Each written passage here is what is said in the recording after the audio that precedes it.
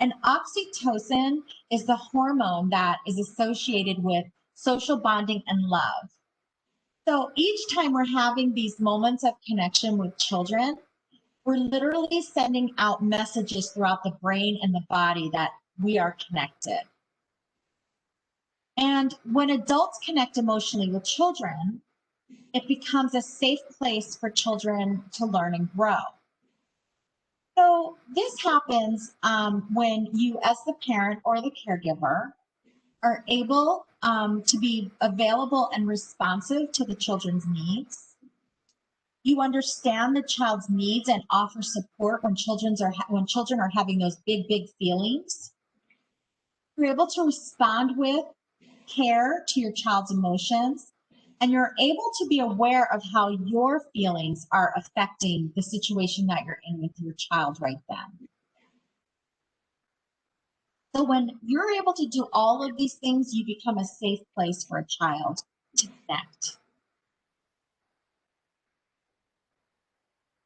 And when children have these trusting relationships with the adults in their lives and have the ability to express and manage their emotions, they will be better able to explore and learn both at school and at home. So when we have these connections at home, it spills over into school where they're able to build those relationships a little bit better with their teachers and their peers.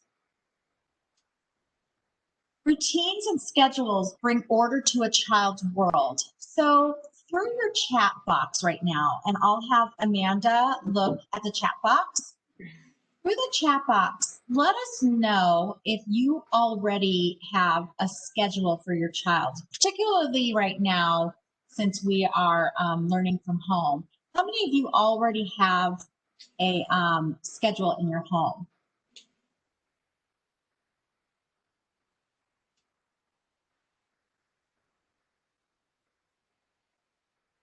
So if any of you have questions about how to set up your own schedules, we can certainly help you with that towards the end of the presentation.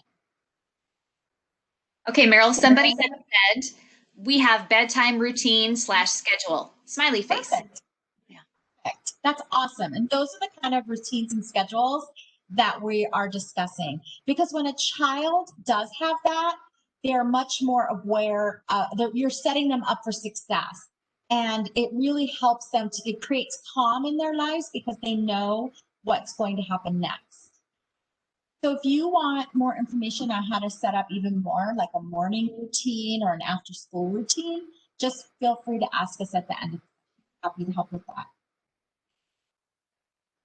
So children will be more successful if expectations are clear, specific, and of course, developmentally appropriate. When children know what to expect, like I said, they'll be more successful. So think about your own bath time routine or your own bedtime routine for yourself.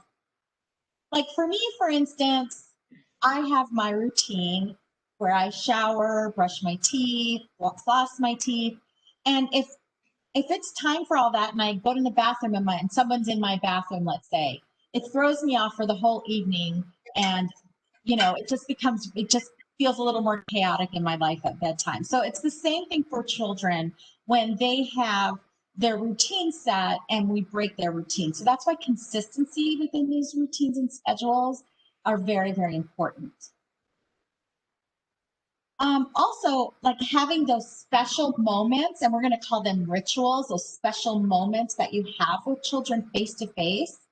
And that includes touch, being playful and silly. That's truly a present to give children and building connections with them. So I will challenge you to create your own moments in the morning, lunchtime, bedtime, after work, or any time of day that works for you to create special moments and rituals. So whether it's a special handshake that you do, or a silly song that you sing together, or a special kiss type of thing that you do, something that's going to create a special moment that they'll look forward to. And it could be like a bedtime story, a bedtime song that you sing. It could be a midday dance party, or whatever else you and your little ones will enjoy. But the important thing is that it's done frequently, consistently, and meaningful to you and your child. And if you have multiple children, try to have one that's different for each child and make them feel individually special. So let's talk a little bit about expressing and regulating emotions. So children are not born having the skills to manage their emotions. There are skills that are taught through these skills are taught through modeling and watching you as parents. So the way that our children are learning literally how to handle their frustrations is by watching you. So if you're not happy the way that they're doing that, maybe we need to start rethinking how you're handling some of that. We can get to that a little bit later. As we know, young children have very, very strong emotions, which is why it's important for us to teach them that self-regulation. And that is the ability to regulate our thoughts, feelings, and behaviors. It's literally when we're able to put a pause in between impulse and action. We put a pause right in between so they don't become impulsive and act out, throw things, yell, scream. But it's also important that for very young children, like under the age of 5, they do not have that ability to self-regulate.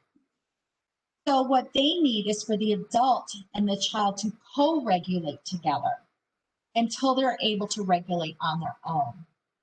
And so co-regulation is when you are calm so the child can be calm. So if your child is in the middle of a big meltdown, let's say, that is not the time for you to have your meltdown. That would be the time for you to breath and stay calm for your child until they are finished with their big feeling. So like I said, before we can teach that children to express and manage their emotion in healthy ways, we must be able to do that first. And it's also important to let children know that all of their feelings are okay and all of their feelings are important. And we also need to teach them how to name their feelings and express them in appropriate ways. It's important that we kind of lean into the child's feelings and behaviors instead of distracting them.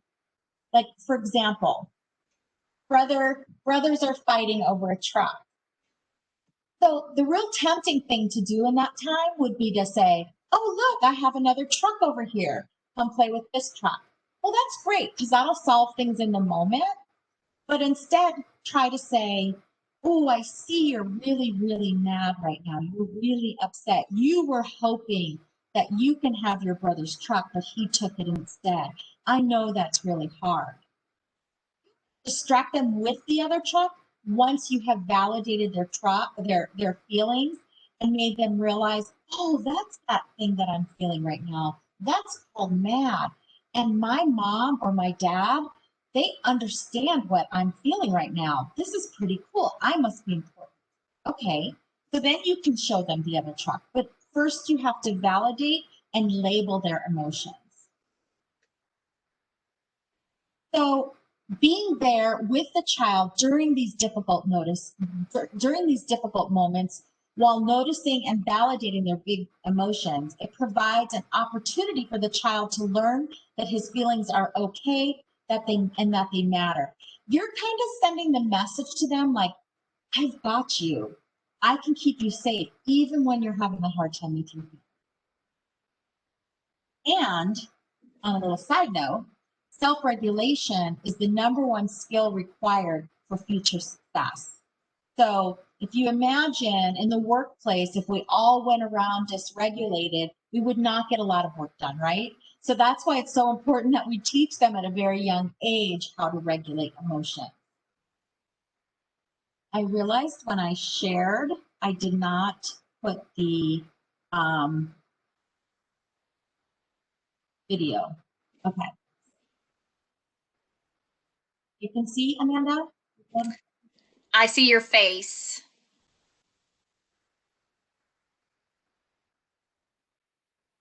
Green. But you just froze. But that was what happened before I saw your PowerPoint. So it may be a good sign. Can you see the screen? I cannot. Kat, can you see it? Grace? Grace? I can see your screen. Okay, perfect. Okay, Okay. I'm gonna show a little video called Socio-emotional learning and what it is and why it matters. I'm gonna go in a little bit more depth to why learning these skills are so crucial.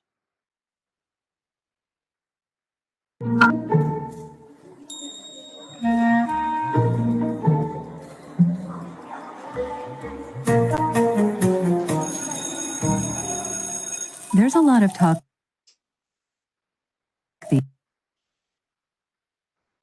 these days about SEL, social emotional learning. But what exactly is it? Social emotional learning is the process of learning social and emotional skills, and it's just as important as learning reading or math. This learning process is most effective when it begins early and continues through high school. Social emotional skills are essential for success in school, work, and life.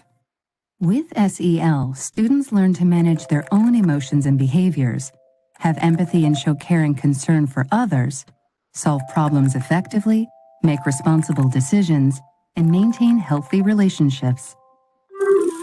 Students learn to recognize what's happening inside them and to be aware of their emotions, which helps them deal with strong emotions and impulsive behaviors. It helps them stop, take a breath, and think about a situation before acting. Students learn to identify others' emotions and perspectives, which helps them empathize and show compassion, no matter who they are or what their background is. It's not difficult to imagine how this is important in the classroom and in life. Students learn to solve problems in peaceful ways and communicate assertively about what they need or want.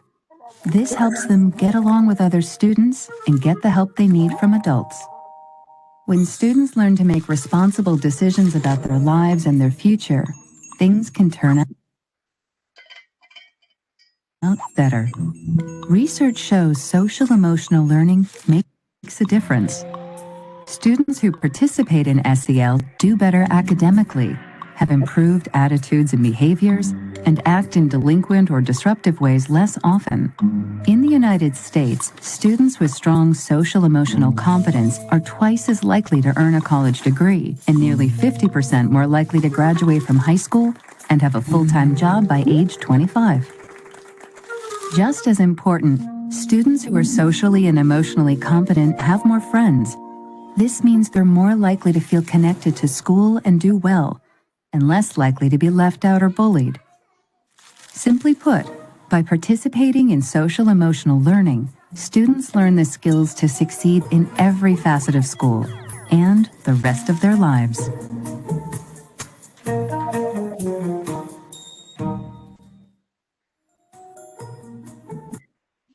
Okay, so I'm gonna just switch gears here. Okay, so with children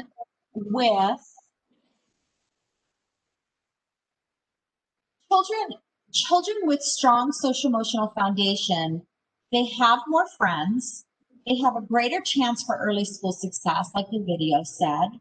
They can cope better with frustration and disappointment. They have better self-regulation skills. They're just healthier. They're less impulsive. They're more focused, and they're more likely to stay in school as they get older. That sounds amazing. It is amazing. Okay, so I'm going to share another video with you. Emotional development.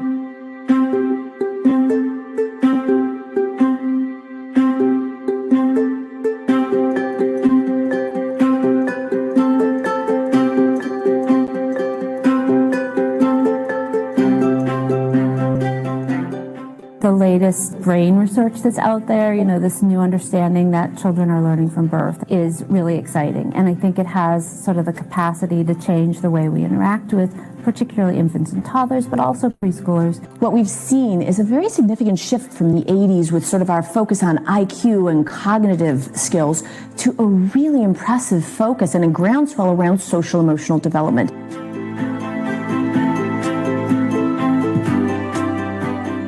Social emotional development is the learning of how to be human, really, from the very first day of life. Does your kid share with other kids? Can they resolve conflicts with other kids?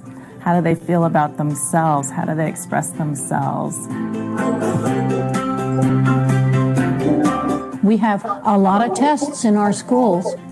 You know what they show?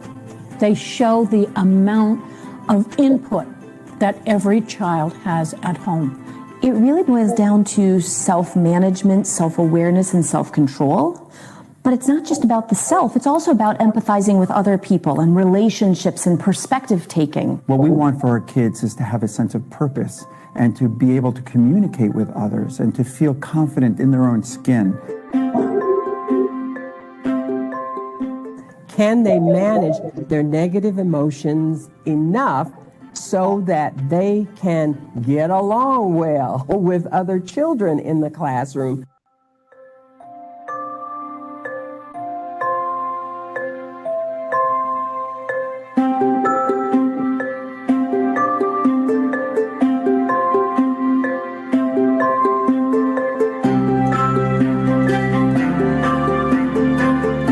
What you're doing is building their level of trust and security. And that's going to be their foundation of happiness and confidence for the rest of their lives.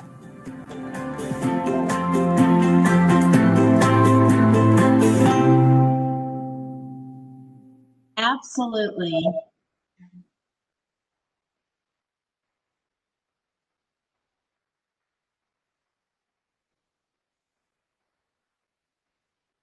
Okay, so we're just going to take a moment and review. I know there's a lot of words on here. I just want to make sure, in case you want to take a screenshot or anything, of what's the typical social emotional development of preschoolers. So we're just going to start with age 3 to 5. If anybody wants information on the social emotional development of 0 to 3, we can give you that as well. But for time's sake, we just chose 3 to 5 to start with. So these children enjoy pretend play with other children. They demonstrate improved turn-taking and sharing, but they still might be possessive of their special objects. Really, they don't fully understand the concept of sharing fully until age 6. So you can help the child learn by playing simple taking turn games.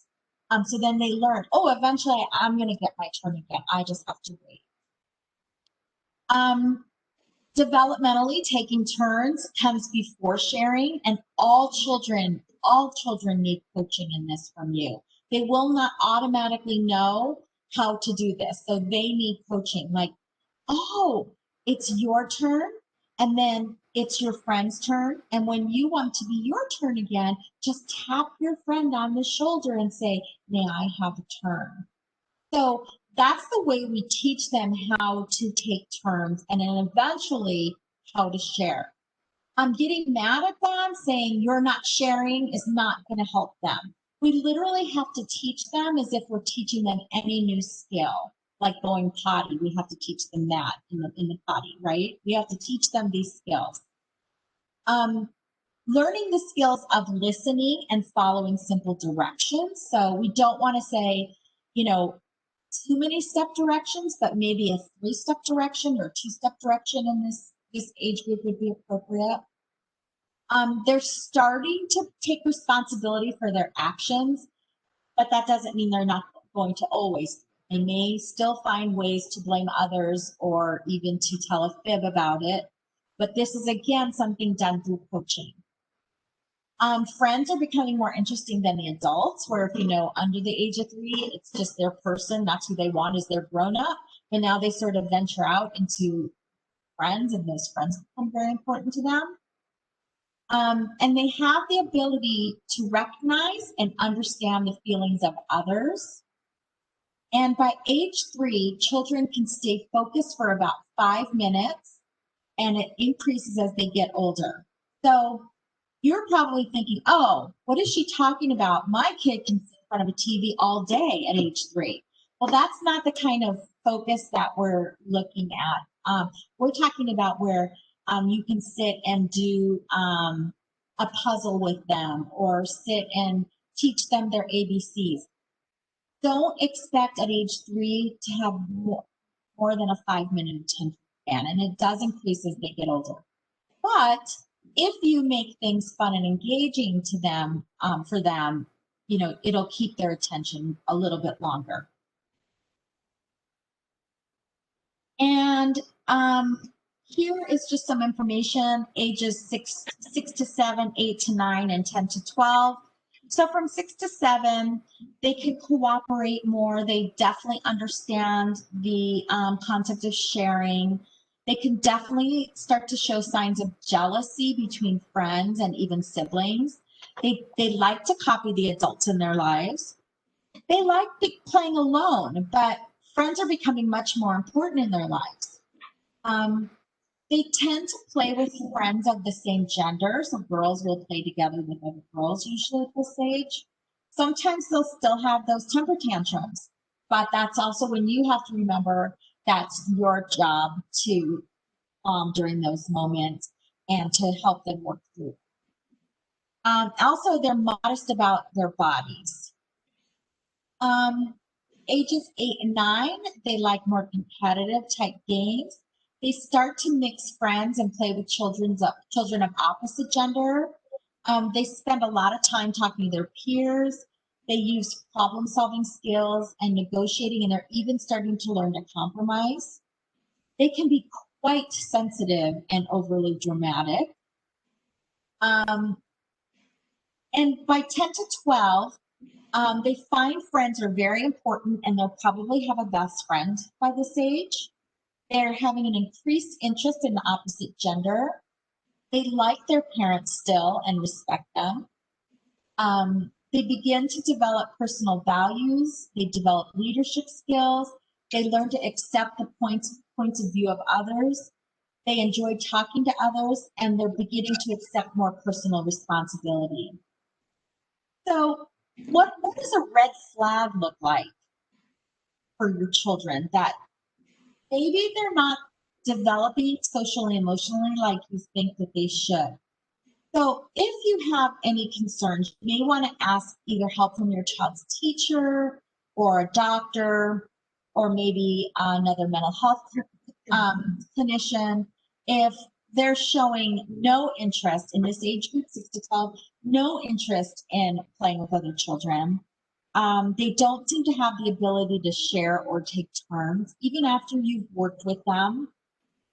They're very rigid about their routines and become very upset. Routines are disrupted. Extreme difficulty separating you. Maybe they're very, very passive or fearful, and they don't want to try things other kids' age are doing, or they have extreme fears that seem to interfere with their daily activities. So in the 6 to 12 age group, if you're seeing any of those, and I don't just mean 1 or 2 times, I mean, kind of a pattern of those things, you may want to reach out to your child's doctor, or if you know of a family therapist or a child therapist, and just get some recommendations from them. And or your child's school may have really good resources too. And see what they say, just to get it started. So I am going to pass this over to Amanda, and I wanted to thank you for your time and the opportunity to do this. And here's Amanda, and we'll have the opportunity towards the end to take some questions and hopefully answer those. Hi. So I'm going to talk about what children need when they're upset. I know we've talked about big emotions. Meryl was talking a bit about that throughout numerous slides. Big emotions. So what can we do for them? So in the next few slides, I'm going to talk about providing safety, composure, empathy, and guidance.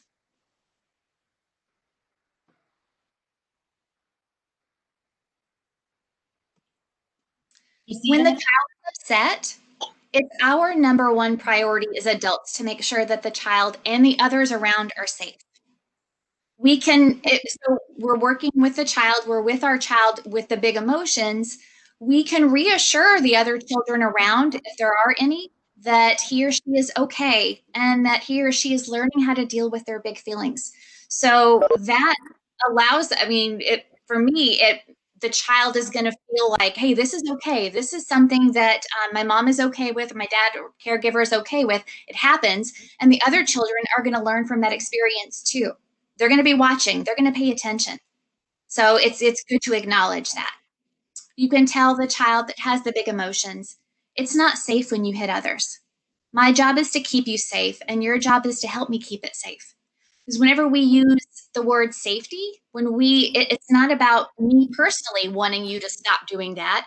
It's about a safety issue. It's safety. So that means I care about you. I want you to be safe. So it kind of takes that personal, that power struggle out of it whenever I say, it's not safe when you hit others.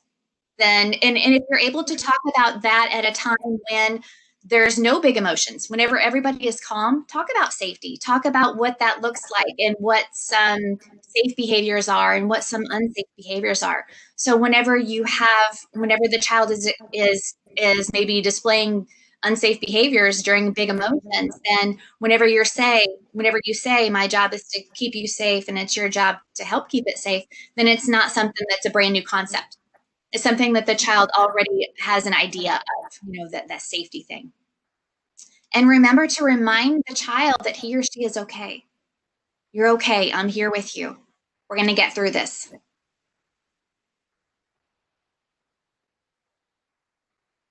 Composure. Whenever the child is displaying big emotions, I know it's going to be hard, but we need to stay calm ourselves. Because if we are upset, if I'm upset, I'm not going to be able to help anyone calm down and cope with their feelings. So during those moments, it's important for us to notice how we're feeling and what our body is doing. Our body is letting us know that something is going on. So if my heart is beating quickly, or if I'm breathing shallow, or if I'm getting a little bit sweaty, then I know, okay, I'm dysregulated. I need to calm myself first before I can expect the child to calm down or co-regulate and help the child calm down. So if I'm breathing heavily, or if my heart is just beating and I'm really, really frustrated at that moment, again, that's letting me know, okay, I need to calm myself. So I can take some deep breaths. And the child is going to notice this. The child is going to watch me as I'm regaining my composure, as I'm calming myself.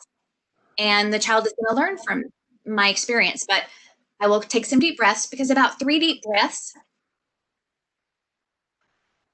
deep breaths where you're breathing in and then breathing out, all of that old stale air, then that is going to, 3 of those can get us from feeling dysregulated to a place where we can make good decisions in bad situations. Okay, just keep breathing. You can self-talk. You can say, okay, I got this. I'm okay. I'm safe. I'm doing the best I can. Whatever those words are that you need to use in order to help yourself through that moment. You can count. You can count to, whatever it is. You can count 1 to 10. You can count 10 to 1. Whatever it is, if counting works for you, do it. It's going to get you into the current moment and help calm you. You can think of something calming. So if you have a place that you enjoy, if you have activities that you like, if you have a, whatever it is, a pet that you really enjoy, think of something that can help calm you. Or you can just find somebody to talk to, and just to kind of ground yourself. Go talk to them, and maybe they can help co-regulate with you.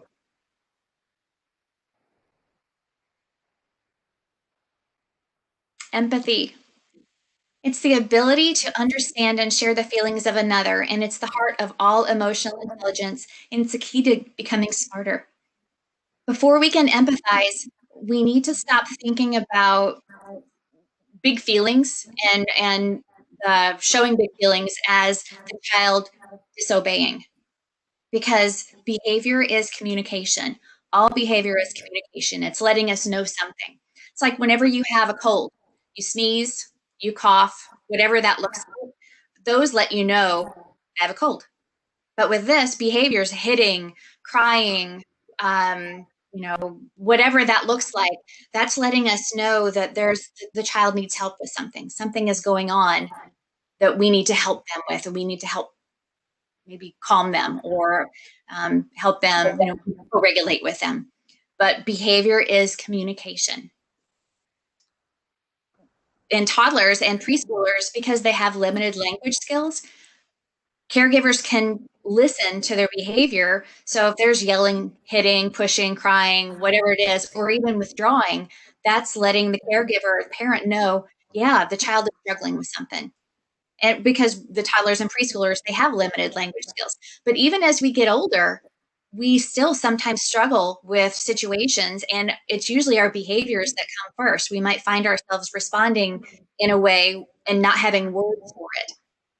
So we need to remember that the little ones, they really have limited language skills. So pay attention to their behaviors, because they're talking to you, they aren't using their words. The ability to have empathy helps children handle their frustrations and disappointment. We must be willing to put children in touch with their feelings rather than distracting them away from them. I think Meryl had mentioned earlier about instead of like the truck, the two trucks, instead of providing a second truck, saying, "Look, I have a truck here. Stop crying." Helping the child work through that moment on their own. Distraction is prolonging the situation. It's making it kind of worse in the long run. So working with it in the moment is going to help the child figure out a better way to respond in the future. When we teach children to handle their emotions in a healthy way, they're less likely to grow into adults who have unhealthy relationships and addictions. So practice, I mentioned deep breaths a couple of minutes ago. Practice taking deep breaths with your child when both you and your child are calm. And if your child is in preschool or even in elementary school, there's a good chance that they already know some breathing techniques, because my understanding that some of these classrooms, they teach them. So if the parent doesn't know any fun ones, then that's an opportunity for the child to teach the parent some of these breathing techniques. So do that when the child is calm. And when the child has big feelings, big emotions, then you can start breathing with them. You can use that technique that they showed you, and they're going to see that, and that's going to help them calm, and they may join in. And you can say, "I see this is hard for you. I will sit here with you and keep you safe until you're able to stop and listen." And again, that's letting them know that the feeling, the emotion that they're going through right then is okay. You're not scared of it. You're not running away from it. You're not distracting them from it. You're right there with them during that difficult time. We teach children how to read, write, and ride a bike. Somehow we expect them to know how to handle disappointment and frustration. These are hard things to deal with, even as adults. Fact.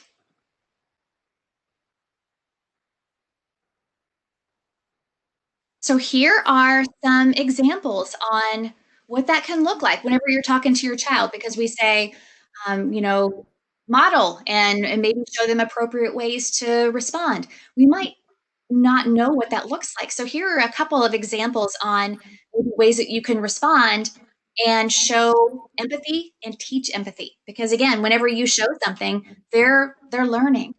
We model. We're all models. So you can say, "You feel mad.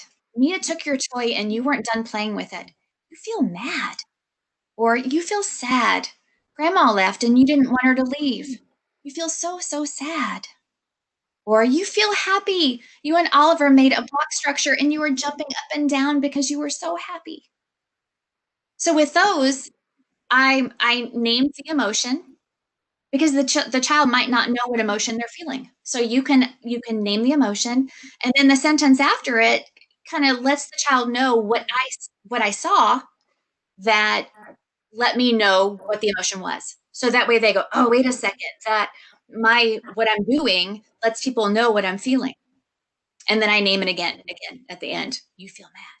So it's kind of like a little it's like a little guide. You don't have to do it this way, but it's it's definitely helpful.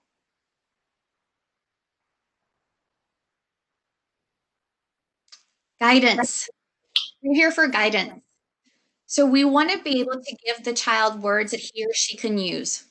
So you can kind of model for them, say, I feel mad because you took my toy.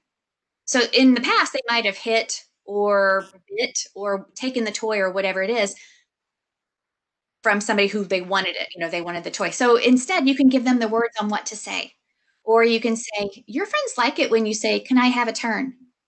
It gives them the words. They might not have it. If they're using other ways, if they're hitting, if they're taking things, or if they're crying, they don't have the words. So you can help them with that. You can say, hitting and kicking hurt. We need to keep each other safe. Again, there's that safety language. It's not about, I need you to stop hitting and kicking. It's not safe. We need to keep each other safe. So it takes that power struggle out of it. And then find time where you can be one-on-one to let the child know it's okay to be upset. All emotions are normal. They're healthy. That's what we do. That's what we all do, even as adults. And you can do problem solving in those situations. So when you're both calm, then you can kind of figure out what happened. What was going on? What did you notice? What did you feel? What can we do next time? Or what can you do next time so that it turns out better? So it doesn't turn out this way. What can you do? Or as an adult, what can I do to help you so that it is better next time?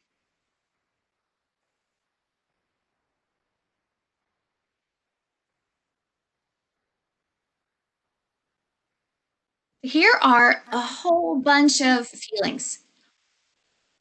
For young children, though, it may be easiest to just help them with happy, sad, angry, scared. They might not have all those. They might have some of them, but it's good to start out with happy, sad, angry, scared, because those are the ones that are more easily identifiable.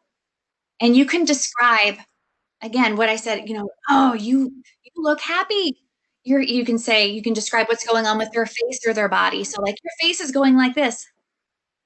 And or if they're mad, you can say your face is going like this and your hands are going like this, just to let them know, hey, your body is telling me that something's going on with you.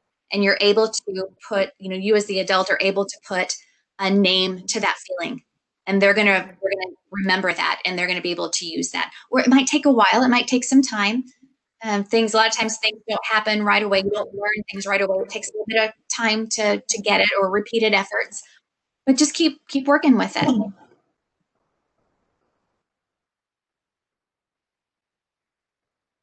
So what can you do at home? Promoting this type of development first starts with being able to be in tune with your child's needs.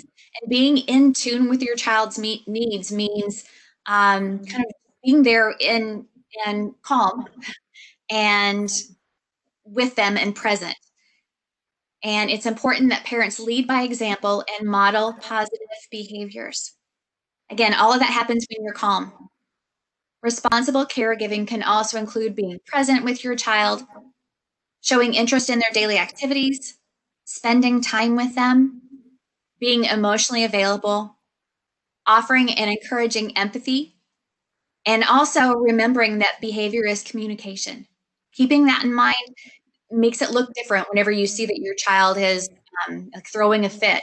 You say, oh, they must have wanted something, or you can find out from them what's going on. But instead of them deciding to wreck your day, they don't wake up in the morning deciding that they're going to mess with your day. It's reactive stuff. Just like as adults, we react. And with children, they do too. So they're not consciously trying to, mess up your meetings and all of that. Even though it might feel like that, they're not. Parents and caregivers should also be aware of their own triggers in regards to their child's challenging behavior. So when we're able to notice our own triggers and are able to self-regulate, then we're going to be able to calm ourselves during those situations to help the child, but also to be able to teach our children the same skills. So triggers. Any of you out there, you can put in the chat box any triggers that you have.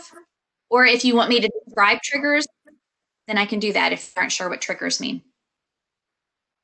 And Grace, I'm not able to see the chat. If you're able to let me know if there's anything in there, please. Okay. Oh, Meryl, I can see it. Oh, you can see it. Okay.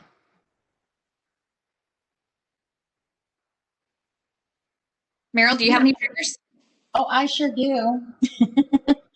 So for children, so one of my triggers is that when I know that I'm triggered, I start to feel it here and in the back of my neck, and my shoulders tighten up. And that's usually when a child is just being completely defiant. That's mine. So that's when I know when that starts to happen and I start to literally experience it in my body. I know that that's time for me to take a step back from the situation.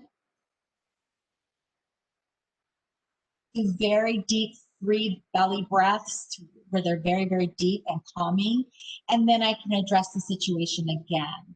Because if I don't do that and I become triggered, I am not going to be reasonable enough to be able to deal with the child's defiance.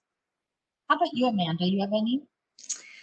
Yeah, that was a good one. I will share that there's one in the chat. It says, I'm triggered more when I'm tired. Yes. Whenever you're tired, your fuse is a lot shorter, right? Yes, our fuses are a lot shorter. And yeah, or if we're hungry, angry, lonely, tired, all of that, our fuse is a lot shorter. And it says, I start clenching my jaw. But you know what? You just identified that. And that's the whole thing is that, so now you've identified it. You've also identified it where in your body you feel it. So now next time you feel yourself responding a certain way, or you're thinking, gosh, my children are really displaying some emotions that I'm not sure of, maybe it's checking yourself in that moment. Oh, is this a time that I'm tired right now? Or is this a time that I'm really hungry or feeling frustrated about something? Oh, it is. Okay. So I'm going to do something to take care of myself in that moment, whether it's to take some deep breaths or just literally just step back a little bit and then go back to what you were doing, because now you realize that's what that is.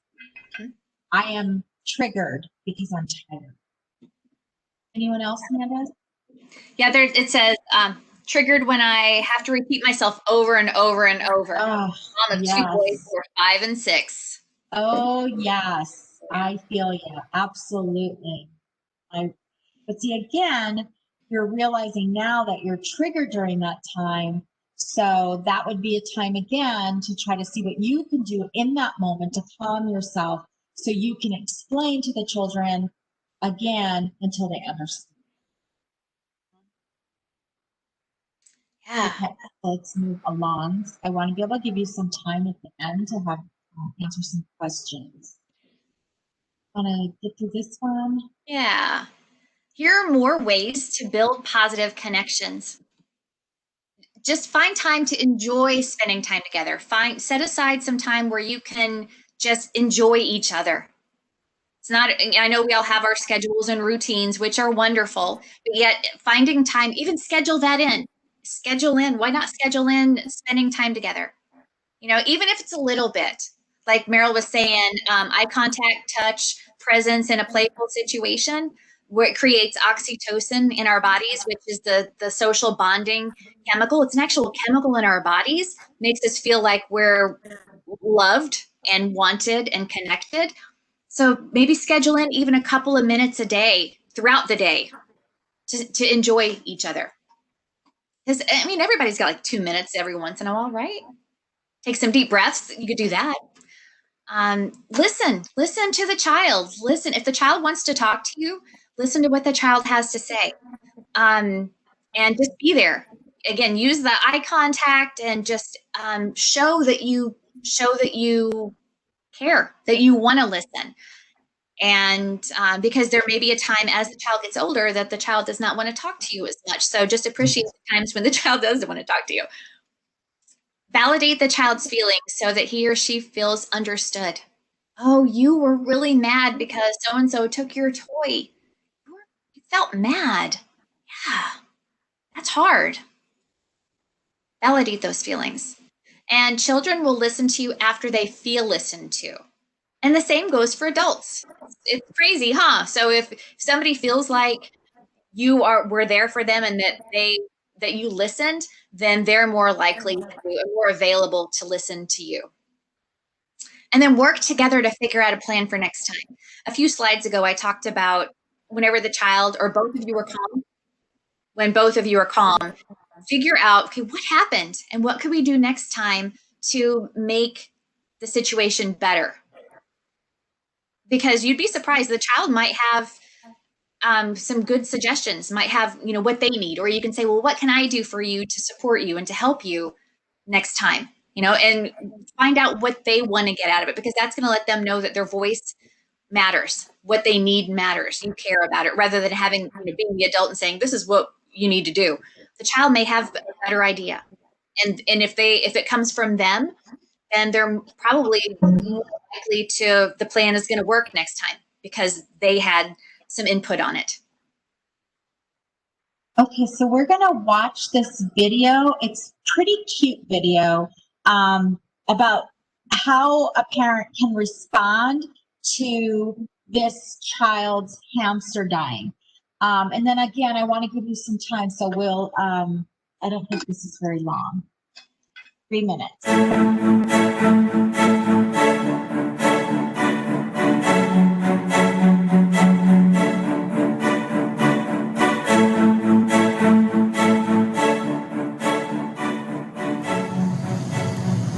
Mom. Oh, honey. Hi. Mom. Oh, The hamster died. yeah. Charlie died. We'll get another one. We'll get you another one. We'll get you another one.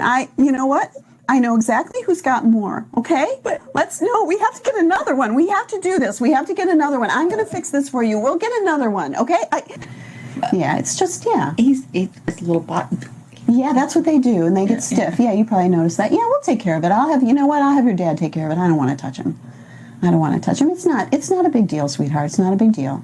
Hamsters, they come and go. They're like a dime a dozen. Didn't we just talk about this? You take no responsibility for things. Look at this. Who puts your clothes away every day? You take no responsibility for anything. No wonder he died. Charlie, that rodent you have in your room. No, Charlie, he died. Yeah. Oh, I just found him. He's in the room. He's laying there. He just looks like he was sleeping. Okay. Can you take these back to your room when you go, and then you can take care of that. Just wrap them in here. Just wrap them in there. That would be great. Okay.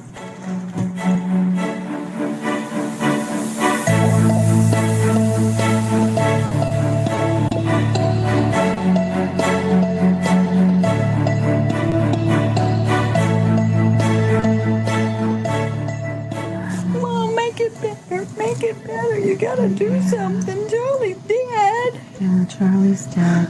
And that's really hard. You love Charlie so much. Charlie. You were so good with Charlie, too. You were. This little thing. Yeah. You never do it again.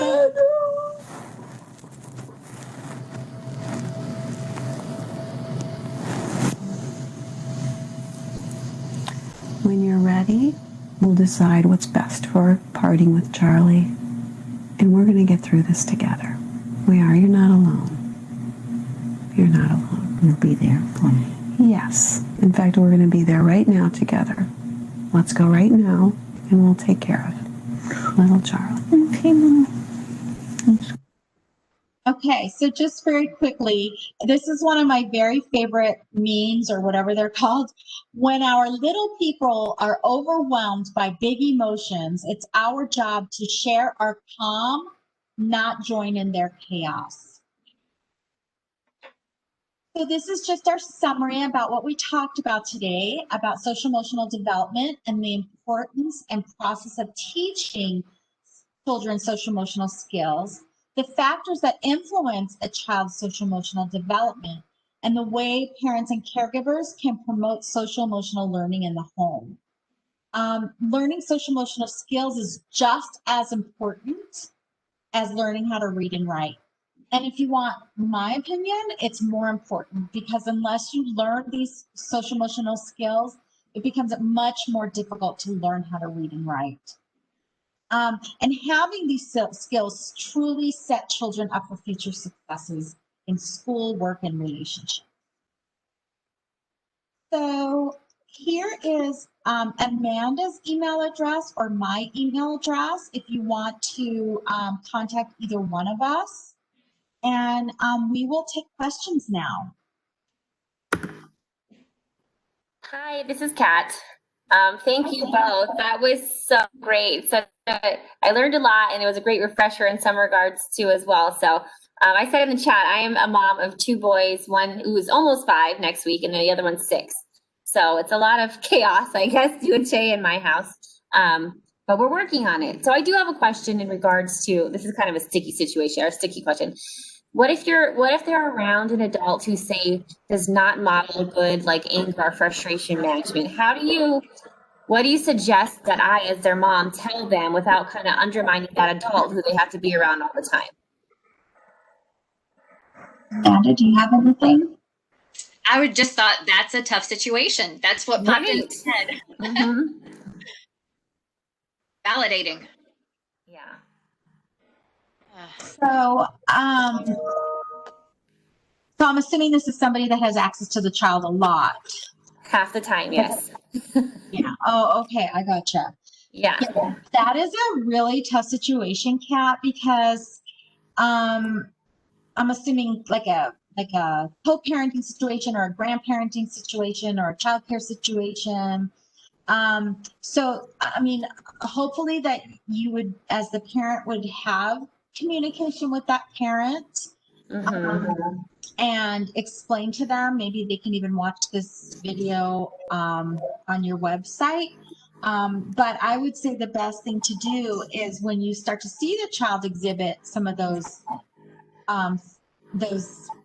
maybe what they've learned from the other parent or the other caregiver, is to talk to them and tell them, well, this is how we do it here. This is how we do this in our home. You know, we are kind to one another. We are helpful to one another. We are loving to one another. And instead of it making, no, we don't do what they do over there. This is what we do in our home here. That makes sense. I like that. Yep, totally. Because you're not really undermining the other person. You're more just building up what's allowed in your house or what's not allowed in your house.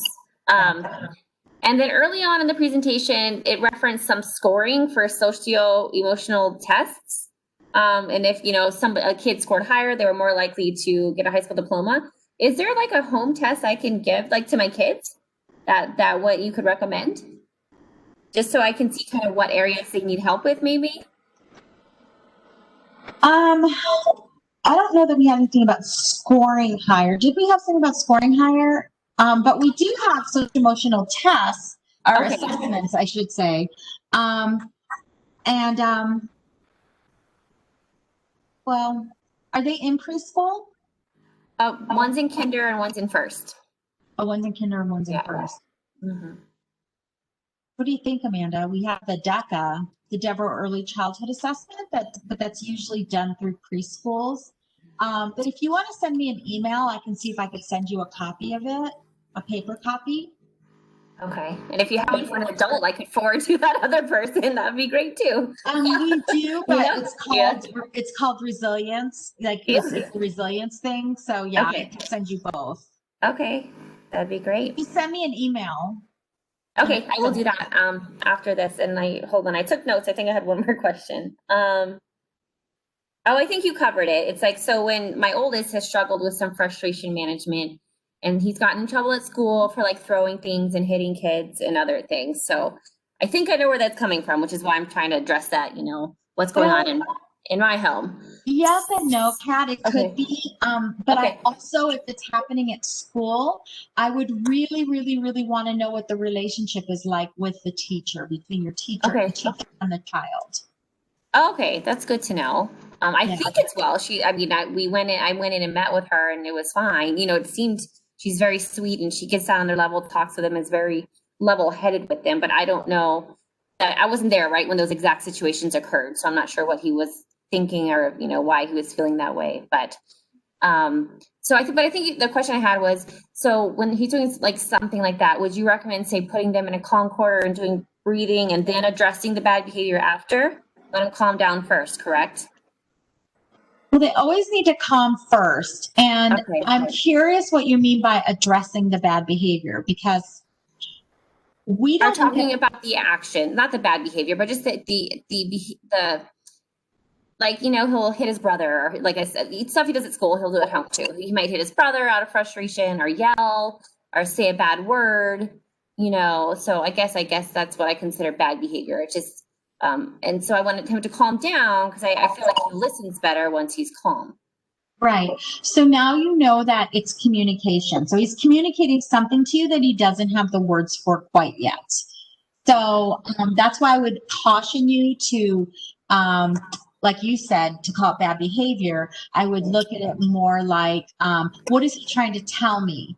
Now, it doesn't mean that there's no consequences for actions. It just means that we have to figure out what he's trying to tell us, which he may not be able to. That's going to be your mystery to solve, because he's way too young, and boys it takes them even longer to try to figure out, what they're feeling. So I would definitely, now, even when you get home, there's some super, super cute breathing exercises that you can do. Like you could do the balloon breathing, where they go like you're blowing up a balloon, or you can do like the superhero. Do you want to demonstrate the superhero breathing, Amanda? Oh, well, it depends on so it depends on his superhero of choice, because Superman. Yeah.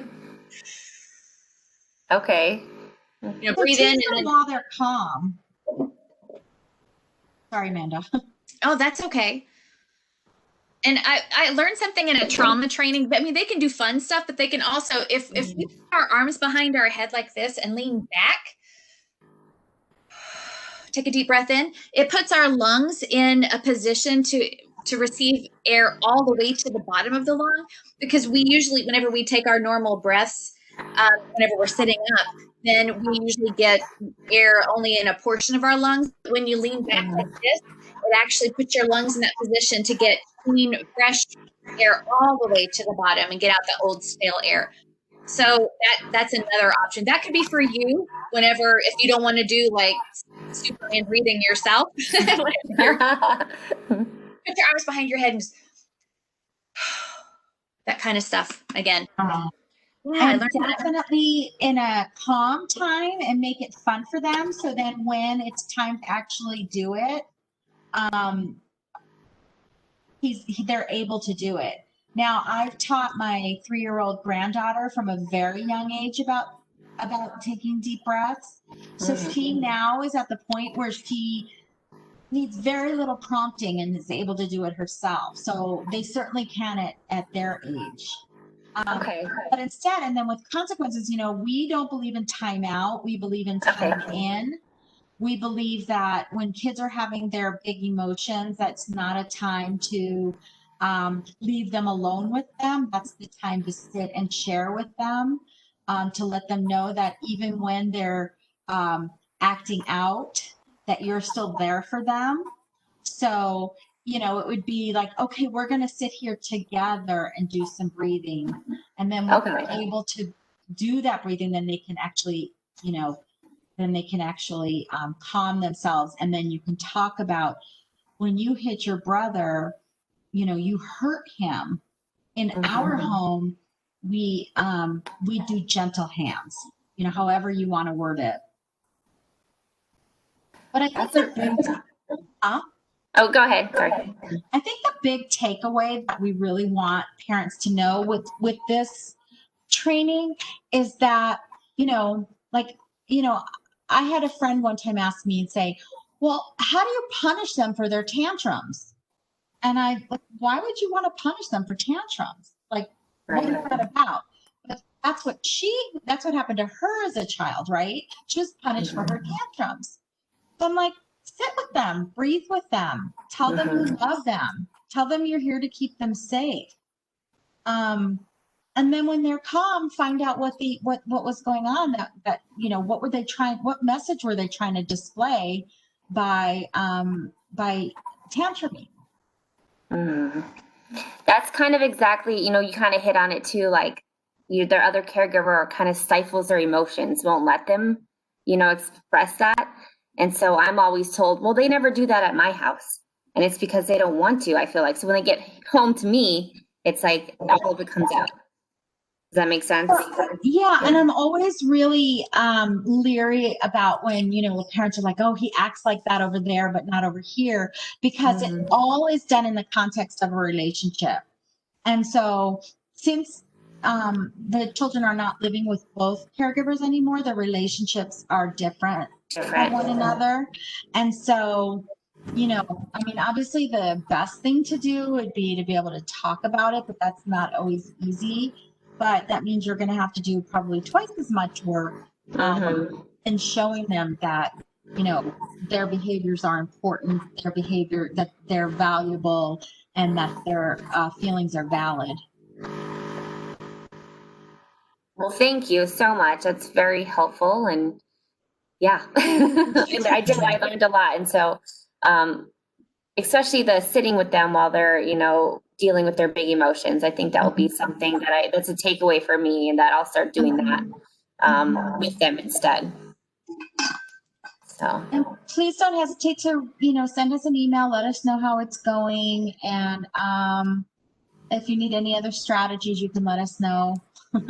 Yeah, of course. I'm sure this one didn't work. What's the next one? Let me tell you, let me caution you on something, Kat. Nothing's going to work overnight. No, right. We're talking, of consistency for weeks and weeks and weeks and maybe even months of them kind of getting used to, oh, this is the way we're doing things now. Okay, I get it. Doesn't mean you're not going to slip up and go backwards once in a while, but you just keep moving forward. I have another question, because I do, like I said, 2 boys who are quite loud and energetic, I'm sure, as most boys are. Do you have some attention grabbers? Because sometimes I feel like they're just totally ignoring me. Like, how do I grab their attention to reel them back in? Go ahead, Amanda. I'll let you do that one. I was thinking it depends on the situation, and they move around. Are you talking about just being physically active and kind of distractible and? Like, I'm asking them to do something, like, it's time to go to bed, guys, let's stop talking, let's calm down. And they're just talking to each other, horse playing, kicking the wall, and they just keep doing it, and they feed off each other, right? Because they share a room. And so it's like, that's when, I'm repeating myself, and I don't want to raise my voice or yell, but I need to get their attention to be like, hey, Mom, serious, this is the time to calm down and go to bed. So I'm hearing, they're moving around and they still have that stuff going on in their bodies. So my thought is to use that and kind of direct it in another way. Maybe add in some more movement throughout the day, or movement maybe before bedtime. So whenever we move like that, we're running around and we're all like, there's chemicals that are going through our bodies. So we're charging them in a way, and they're connecting with each other. So you're seeing it as like maybe, this is the wrong time for that. I mean, if you calm down and go to bed, you're still in a very different mindset. And it's, and then it turn into a power struggle, right? Where you're like, come on, I'm serious, guys. And then they're probably still connecting and like, and it's them against you. But I don't know, we can find out what Meryl thinks too. But my first thought is to get them moving more often throughout the day. And then even before bedtime, do like a bedtime dance party, or do something where they're moving and discharging the chemicals in a way where you're involved, because they're going to have fun. If you're out there moving with them, then and they're getting those chemicals out of their body, then they're going to be more likely to be able to calm and go to bed. So if it's like something that you guys do as part of your bedtime routine, then you'll also have that mindset of, well, this is part of what we do, as opposed to that back and forth, that power struggle. Does that make any sense? Because especially as kids, they need to move a certain amount of times a day, like every 20 minutes, an hour. They need to get up and they need to move, because if the bum is numb, then the brain's the same. So if they're moving throughout the day and incorporate that, then they're going to have less of those chemicals going through their body that they're going to need to do something with at bedtime. That's just also just to know that the boy brain and the girl brain are very, very differently, and just because they're moving doesn't mean they don't hear you. So they might be hearing you. Are you having Marion Hill do one of your speaker series on boy brain? I think it's Helping Boys Thrive, or Helping Boys and Girls Thrive, that one. Is he doing it, Marion? I think so. Yep, he's doing them. He is the guru at this. So I can hit him up with all these boy questions. With a follow-up email, check in every week, Yes, absolutely. But you certainly can reach out to us anytime. And when Marion does that, it's going to blow your mind. He's awesome. I'm excited for that. And this was really, really helpful, honestly. It's, I've got this on a personal level, the place I am in my life, this is very helpful at this exact moment. So it's hard what's going on. It is. I went through it when my son was little, grown up now, but yeah, it's hard when there's just, two sets of influences. It's very, very hard. Yes, I agree, but it's a learning experience, right? The absolute best thing you can do, no matter what, is to try as hard as you can to have some kind of relationship with him, a positive one, even if it just means, taking your lumps and just swallowing your pride a little bit, because like I said, my son is now a father himself, and we've had these conversations as an adult now, and he doesn't have any memories of his father and I arguing over things. Well, that's good. I mean, that's what you want, right? And we mostly have a positive relationship. Our big sticking point is how we deal with our emotions. And that's what, kind of drove us apart.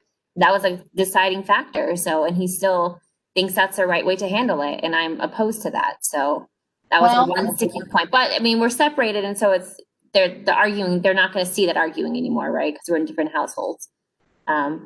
So aside from that, it's positive.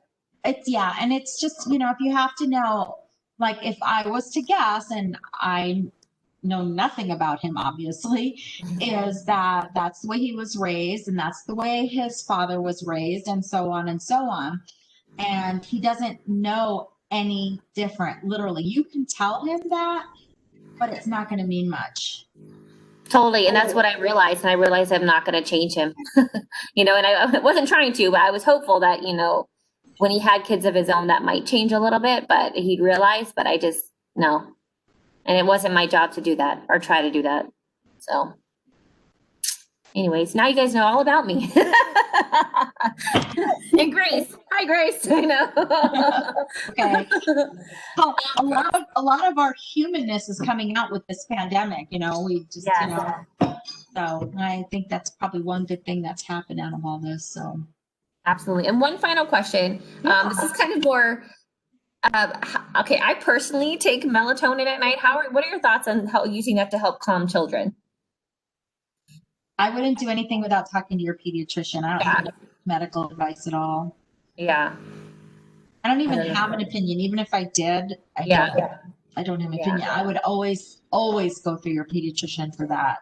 Sure. I think I'm sitting here with my mom, and mom's here too. I can't remember if I had that conversation, but let me tell you, with my 3-year-old granddaughter, who happens to just be, one of those really calm, cool kids, but we do yoga daily.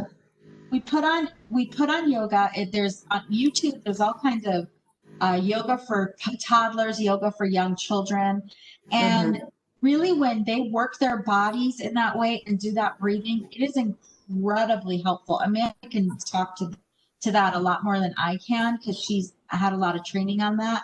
But there is a ton of research on how that can help the mind and the body to calm. Sure. Is that part of her nighttime routine, or she just does it throughout the day? She does it throughout the day because she has a pretty strong nighttime routine that she does that she's used to. But she wakes up in the morning and does her yoga. She doesn't even ask; she just turns the TV on and does it. Nice. She rolls out her yoga mat. It's the cutest thing I've ever seen. She's 3. That's so cute. Yeah, I think all of us, not just kids, we should all do some yoga, right? Well, thank you so much. I know we went way beyond our time, but I appreciate this very much. Like I said, I've learned a lot, and it was a good refresher in some regard. And I'm looking forward to the other ones that are going to be provided. So yeah, so just feel free to, like I said, to email me or Amanda any questions that you might have further. Just let us know how you're doing. Perfect. And I know we didn't have a whole lot of people on today, but we did record it, so we can use this kind of as a resource moving forward. Okay, perfect. Thank you. Awesome. Thank you. Have a great day. Amanda. Thanks. All right. Bye. Bye.